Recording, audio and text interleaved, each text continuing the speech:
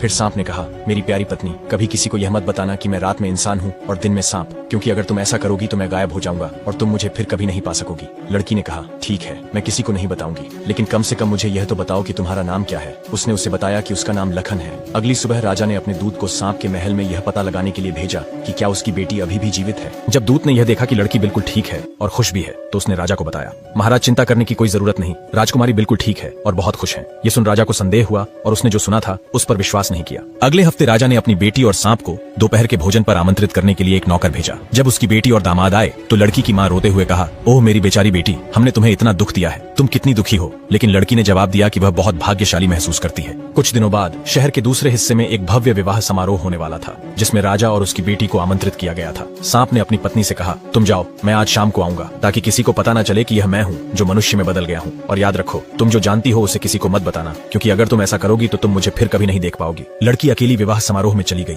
और जब रात हुई तो सांप ने अपनी खाल उतारी और एक सुंदर युवक बनकर चल दिया। जब दोनों वहां पहुंचे तो सभी लोग आश्चर्य से खड़े हो गए, क्योंकि उन्हें लगा कि कोई देवदूत अभी अभी आया है। जब दोनों वहां पहुंचे तो सभी लोग आश्चर्य से खड़े हो गए, क्योंकि उन्हें लगा कि कोई देवदूत अभी अभी आया है। थोड़ी देर बाद वह इतनी खूबसूरती से नाचने लगा कि सभी लोग आश्चर्य में खड़े रह गए और सोचने लगे कि वह इस दुनिया का कोई प्राणी नहीं है, वह स्वर्ग से आया होगा। लड़की की माँ उसके पास बैठी और बोली, मेरी प्यारी बेटी, तुम कितनी भाग्यशाली होती अगर तुम्हारा पति ऐसा ही कोई आदमी होता। लड़की इसे और बर्दाश्त नहीं कर सकी और बोल पड़ी, वह मेरा ही पति लखन है माँ, जिससे मैं बहुत प्यार करती हूँ। जैसे ही उसने बात की, लखन अदृश्य हो गया और किसी को समझ नहीं आया कि वह इतनी जल्दी कहाँ गायब हो गया।